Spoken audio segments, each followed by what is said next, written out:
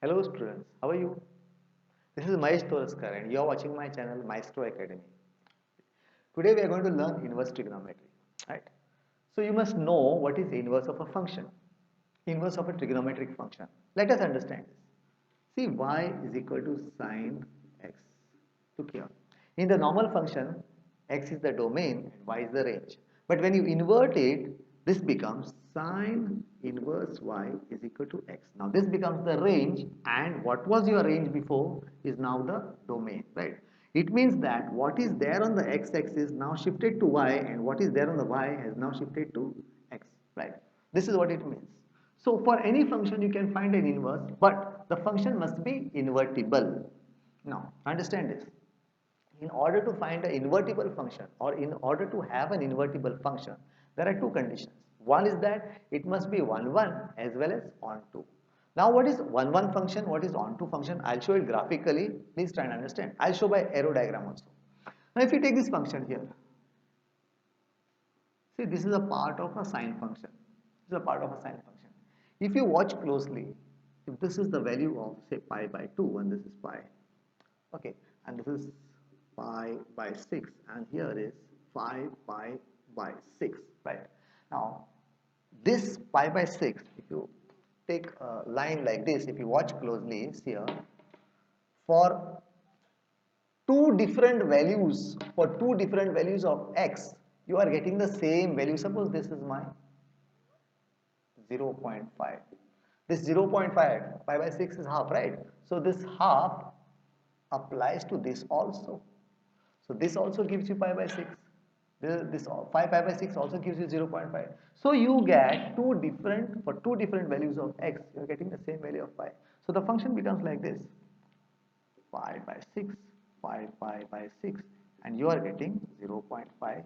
This gives you 0.5, this gives you 0. Now this type of function is not 1 1, it is many one function. This is called as many one function. This is not 1 1 function.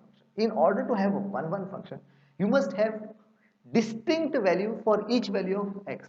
You must have a distinct value in y for each value of x. So if this is your x and these are the y, you must have, for if this gives one value, this must give another value. Okay, so that is how it must be. So you can't have a invertible function in this particular within this particular range. So you have to change it. Okay, now understand how do we do it. Okay, now this is 1 1 function. I told you what is 1 1 function. So 1 1 function is up to here, it is 1 1. You must have every x value must have a distinct y value, then only it is 1 1. The moment you turn the arc this side, it doesn't become 1 1. Okay, up to here it matches the criteria of 1 1 function. This is 1 1. Up to here. Okay, now what is onto function? Take this. Let's take this function for example here. Now in this function what happens is, this is definitely not 1 1 because you are getting two different values of x for one value of y. So let's discard this part. We will understand only for this part. Now it is 1 1 because for every value of x you are getting a distinct value of y, right? So it is 1 1. But there is a problem. It is not 1 2. Why? So this is pi by 6 and this is say pi by 2. You are getting till pi by 2 you are getting all the values. What about minus numbers? What about minus 1, minus 2? You are getting at pi by 6, say for pi by 3 you are getting, for pi by 3, say pi, it's a cos function, say pi by 3 you are getting 0.5. You are getting say 0.5 for pi by 3. Let us assume that. But do you get any value for any value of any value in y? Do you get y for any value in x? Suppose you write here pi by 6, pi by 2, pi by 4, anything you write, and here you write 2, we can say 1, okay, 2, 1, 0, minus 1, minus 2. Okay, so pi by 6 will give you some values, pi by 2 will give you some values, pi by 2 is say 1, you can say pi by 2 is 1, okay. Pi by 4 is 0.75, so let's say it's in between some value is there here, so some values are there. But what about minus 1? You will not have any value in the domain which gives you minus 1 and minus 2 which are there in codomain. So our range is not correct, our range is not perfect. It is not completing all the elements. There are some orphan elements left. In this case, the function is not onto. The function is onto if nothing is left over here. If nothing is left, then it is onto. Say this graph doesn't fulfillment. Had this graph been down here for a particular value of my range, then we would call it onto, right? So we have to look for that particular branch in our for if functions where we can get the function as invertible, right? So that branch is called as principal branch. We have to select where those branches are. Now let's go for one by one to select what are the principal branches. And what I do is I make it for a normal function. I name what is domain for a normal function. That will become range when we say it is an invertible function. Let us call domain and range for a normal function. And later on we will change it. Say this is for sine, cos, tan, cosec, sec, and cot. Let's find one by one. Okay. The sine function looks like this. Pi. Okay. Now if you go to see, this cannot be our principal branch because it is not invertible, because from here to here it is not 1 1, right? It is many one function. So we can't have this. Can we take this part here? From this it goes further, but can we take this part here from here? We can, because this particular part ranges from +1, this is +1, this is -1. Within this particular range, the function is invertible. So this becomes our principal branch. What is the domain? In this case, it is a sine function, direct sine function. It's not an inverse function. So we call it our domain. Domain is from -pi/2 to pi/2. Okay. And they are in the closed interval. Why? Because -pi/2 and pi/2 are included. So we say -pi/2 and pi/2. They are in the closed interval. And range is from -1 to +1. So it is also in the closed interval because it is also, these values are also included. So this is the domain and that is the range for our sine function. If you see closely in this particular region, this is called as my principal branch. Okay. Let us see what is the principal branch of a cos function.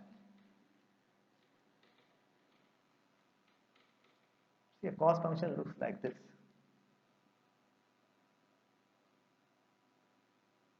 Right. It starts from pi/2 here. I mean, it starts from here. So at pi/2 it is 0, and this is pi, it is -1, here it is +1. Okay. Now again here we cannot use this particular region as my principal branch. We can't, because again you will get two different, one single value for two different values of x's, right? Here you will get two different values. This will give you two different values. This will give you one value for two different x's, one value for two different x's. So you have to exclude this part. How about this part? Here the function becomes invertible because there is exactly one value of y for every value of x, right? So we take it from 0 to pi. So my domain is from 0 to pi. What is the range? Again it is from -1 to +1.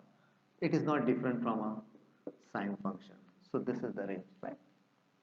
This is for cos function. Let's see what is for the tan function.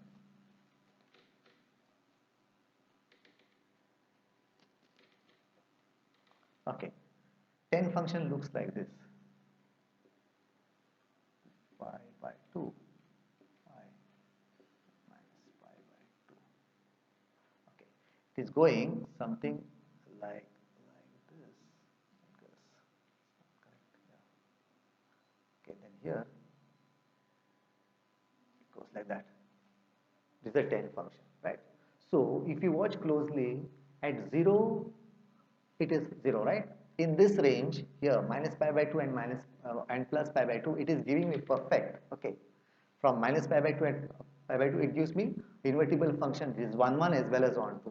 Okay, but -pi/2 is not included, plus pi/2 is not included, because they are taking me to -infinity and it takes me to +infinity. So you can't put -pi/2 and plus pi/2, but other than that all the values are there. So you have to put it in a round bracket. This goes in the round bracket because you can't insert -pi/2 and pi/2. Rest all can go. So it's open interval, right? So what is a range for this? All the real numbers. All the real numbers in the range, right from top to down, minus infinity to plus infinity. All the values, corresponding values of y I get for all the values, right? So this gives me r. Okay, this is the tan function. Now what is my cosine function? Let's see how it is. So if you know the functions properly, you can very well define the domain and range. Okay, see the cosine function like this.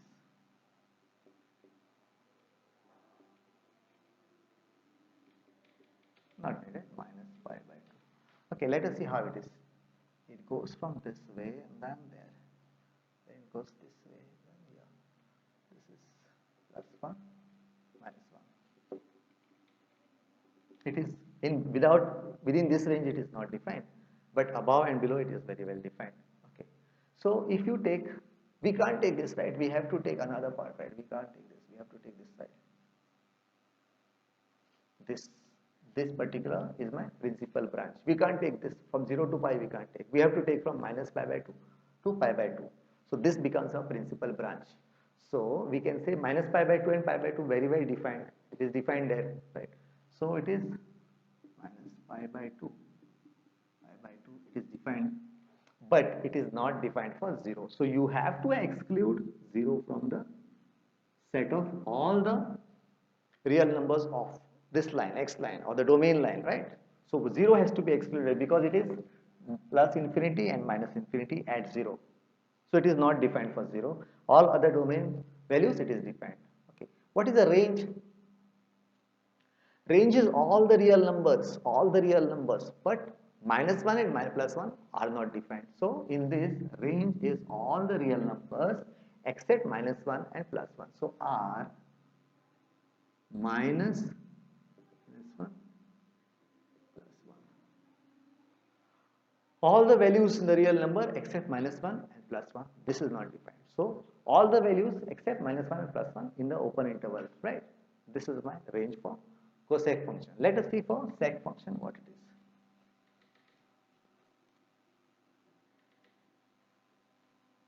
Okay, the sec function looks something like this. 0, pi by 2 minus pi by 2 and pi. So it is something, it goes infinity there, again infinity here, then this way and then this way here. This is plus 1, minus 1. Okay, here also we have a problem. We can't take from minus pi by 2 and pi by 2. Again it becomes non-invertible. So we have to take from 0 to pi. See, this is the principal branch, okay, within this domain. So 0 to pi, but except except pi by 2. So it is 0 to pi minus pi by 2, right? So this has to be excluded because it is not defined at pi by 2, right? Between all these values it is defined, but at pi by 2 it is not defined, so it has to be minus from there. What about the real numbers? It's the same thing. All the real numbers except minus 1 and plus 1. Minus 1 and plus 1 in the open interval. Excluding minus 1 and plus 1 into the domain, into the codomain, rest for all the real numbers it is defined, right? That is what it is. Let's do for cot function.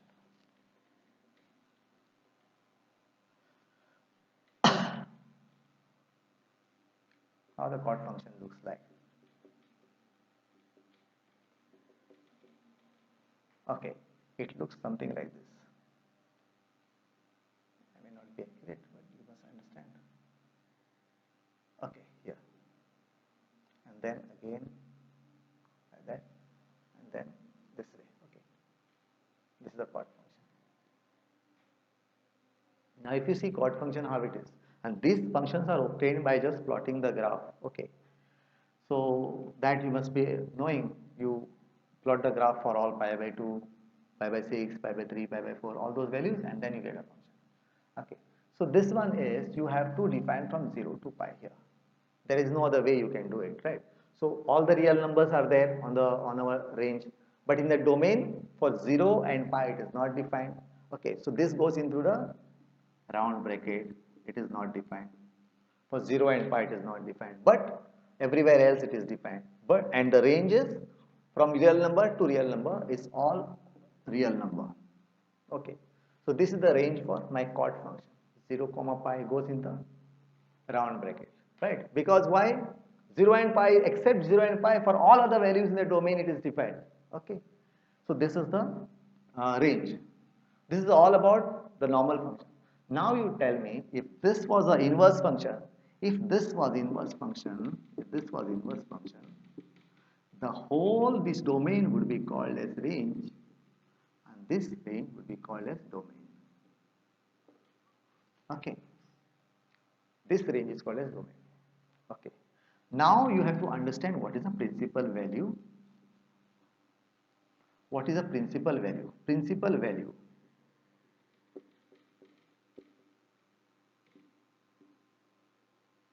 Principal value is that value within the range which lies inside the principal branch. Okay,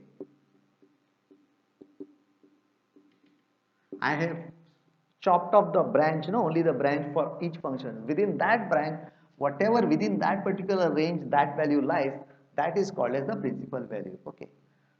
So that's all about inverse function trigonometry, the introduction part. The exercise we will solve in the next video. Thanks for watching. Thank you.